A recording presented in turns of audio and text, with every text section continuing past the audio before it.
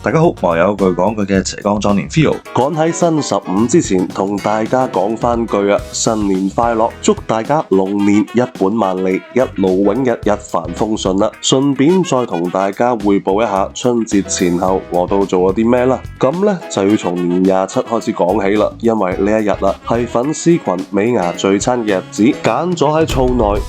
由於位置有限啦，今次咧就只能夠組織一個21人嘅小聚，特登要求今次加濃咗滷水鍋底嘅香料用量，今次嘅鍋底要比上次香濃好多㗎。呢餐21個人合共消費6743。年28嘅呢一日啦，寒風瑟瑟，仲落埋細雨添，咁啊梗係到富臨門打邊爐食雞煲啦。今日胃口咧都唔算特別好㗎，都只不過係食咗19斤一嘅雞，再加2斤羊肉，再加2個掌翼煲啫嘛。呢餐8個人合共消費2049。飯後咧仲去咗荔灣花市散下步燒下掣㗎，竟然驚奇咁發現開封菜嘅北海道冰淇淋之神 Creamy 又再重出江湖啦！3個人食4個都合理啊！帶住龍頭嘅大佬真係好鬼得意啊！年29用咗下面子果實啊，去食咗個純壽司嘅紫海路套餐，呢度嘅竹甲魚同梭子魚咧都仲係咁深得我心㗎，仲同熱心群友指咩菜咩紫菜，飲咗少少酒添。呢餐4個人合共消費1382。除夕呢一日嘅指定動作，咁就梗係到肉場屋企開餐啦。循例同佢隻炮豬玩翻下，今次呢，我就輕輕準備咗6斤牛肉、雪花、吊龍伴、5花子，仲再加少少潮汕運嚟嘅潮汕老鵝拼盤，2隻石橄欖起片雞、墨魚丸、蝦丸、魚丸，不出意外咁根本食唔晒啊！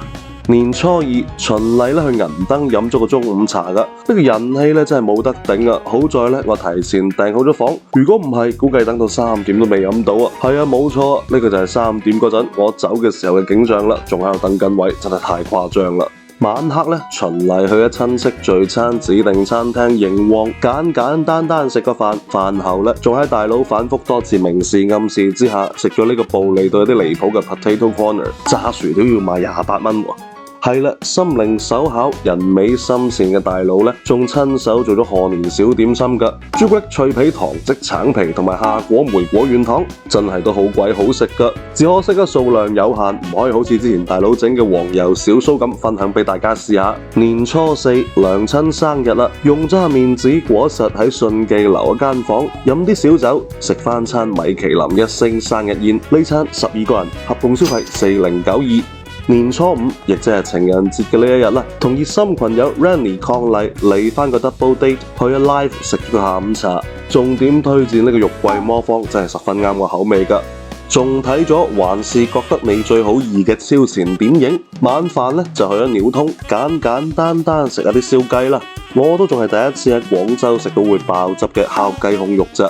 真係幾有水平㗎，同樣有水平嘅，仲有呢個會喺嘴入邊爆漿嘅烤流心鵪鶉蛋。呢餐4個人合共消費1182。食咗咁多日大魚大肉，年初6呢就食翻個清清淡淡嘅六記，包含牛肉、豬肝、蝦仁嘅3色拉腸，同埋幾乎全部都係肉嘅一品粥，真係我強烈推薦㗎。餐後呢仲去咗清潤坊甜品，食咗個藥材味滿滿嘅龜苓膏降降火。年初7啦，又動用咗下面子果實，食一餐冇招牌瑤柱蛋白炒粉絲、5味水魚、馬友花肉炒肉蟹，都仲係咁優秀㗎。今次呢，仲特登試埋呢度嘅特色菜啊，椒鹽帶皮不可描述啦，真係非常有水平㗎。要高升無馬大圖嘅話呢，老規矩少唱我啦。呢餐10個人合共消費4380。年初9去梨園飲咗個茶，食咗我心心念念嘅叉燒酥。不過自從食過澳門御龍軒嘅叉燒酥之後，梨園嘅呢個呢就被俾咗落去啦。之後呢度仲有喺度堅持做緊嘅金銀衣雞絲脆春卷，湯汁鮮美、包體鮮薄嘅梨園特色小籠包，開酥十分優秀，冇多餘油膩感嘅銀螺千層酥，甜度適中、奶香噴潑嘅酥皮雞蛋撻。都係我鍾愛呢度嘅理由啊！呢餐9個人，但係唔使我埋單，多謝老闆史提芬就請客啦。係啦，其實呢段期間呢，我哋仲會間唔中去時尚棋牌打下麻雀食下飯㗎。呢度嘅炸牛蛙真係幾唔錯㗎，而且用嘅係新鮮牛蛙，真係非常好食㗎。我嘅2024春節呢，大概就係咁㗎啦。你嘅呢？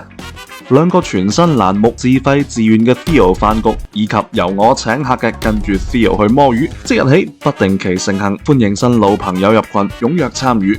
繼續同我一齊飲飲食食，人生積極，好嗎？